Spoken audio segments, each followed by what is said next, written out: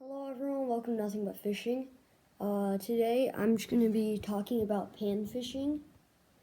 So catching bluegill, sunfish, crappie, perch, all that kind of stuff.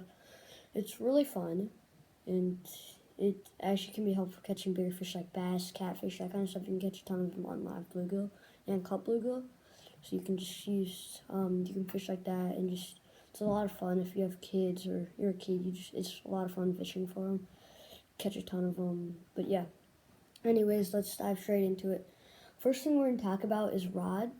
You don't want something too heavy because you won't feel the bite, and their bites are very little. They're not like bass bites where like boom hard. They're very little, so you're going to want something lighter than one of those medium heavy rods. So what I have here is a Fluger President ultralight spinning combo. It's about 4'8". So it's not too long, but it's a great combo for just pan fishing. You can catch, it's real good, and you can feel the fight. Even with bass fishing, like I like this rod for bass fishing too. It's a really great rod. You can definitely feel the bite on it a lot better than you would one of those bigger rods. So yeah, I like that. I also have the Ugly Stick GX2 spinning combo upstairs. I don't have it with me right now, but that's another good one. They sell it in a couple of different sizes. So that's a good one too for fishing, for pan fishing. And so another thing that we're going to talk about is this. This is a cast net. This is the Betts Blue cast net lead. It's 6 foot monofilament. So yeah, I can link this in the description below as well as the rod. But this, if you're trying to catch a ton of them in a short amount of time, I feel like bass fishing or fishing for catfish with like live bluegill, this is great.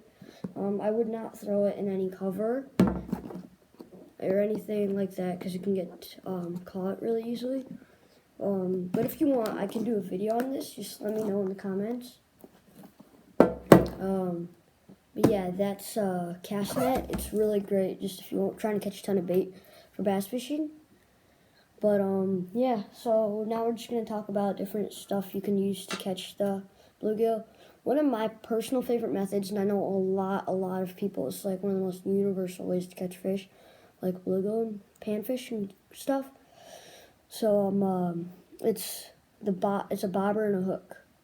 So normally you'll want to leave about maybe a foot or two. It all depends on how deep you're fishing and where you're fishing. But I like to leave maybe a foot or so in between the bobber and the hook. And so you want a small bobber so it'll go under if the fish bites. And then you also want a really small hook. As you can see, there's just a small one. It's I'm not sure the exact size, but it's like a little eagle claw hook. I can link these in the description, but yeah, it's a little eagle claw hook. Really great if you're trying to catch a little bluegill or perch. And so talking about baits, one of the best ways to catch fish, and you can see there's tons of people doing it. You've probably done this, but you just use worms. Live worms work great. If you don't have access to live worms, you can use these gulp worms. Also really good. Gulp earthworms, I can link them in the description.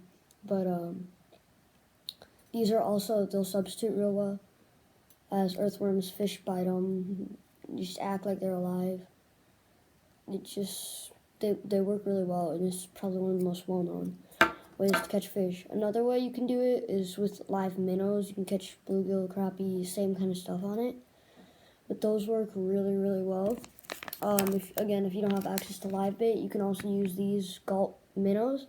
These just the same kind of things as the worms. They work really well. They're kind of the same shebang.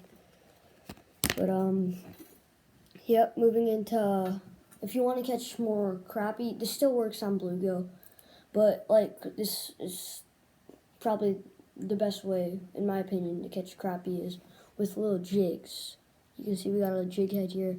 This one's got a little spoon. There's a spinner blade.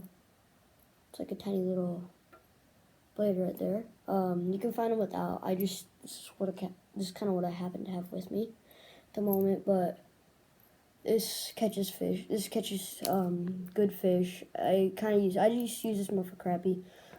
You'd have to get a big bluegill to bite that hook. But you can put these little curly tail grubs. I have these. You can just stick them on the hook. Another great one is the Bass Pro Crappie Max. What is this? Squirm and Squirt is what they're called. It's these jigs. Black and chartreuse works great. Pink, just plain old chartreuse for the grub tails. Those work great. Crappie like bright colors. So you want a bright colored jig head, bright color grub, whatever you're gonna throw onto that bait or to that jig. Yeah. Alright guys, the last thing I want to talk about is where you can catch panfish. So one of the best ways to catch them is to find like a public pond where you know a lot of people fish, and just go off like a dock or a pier, and you can catch a ton of fish off the pier. There'll most likely be a ton of fish because people always fish there. So there'll most likely, like I said, be a ton of fish there. Another good place to look is cover because these fish are always hiding from predators. So if you find like a laydown or some grass, it's another good place to look. And then the last place is like right up on the shore. They can be tons of there'll just be schools of them right up on the shore, so they don't go into the deep parts where bass, catfish, they can get eaten. So that about sums it up for panfish fishing. Thank you so much for watching, guys, and we'll see you next time.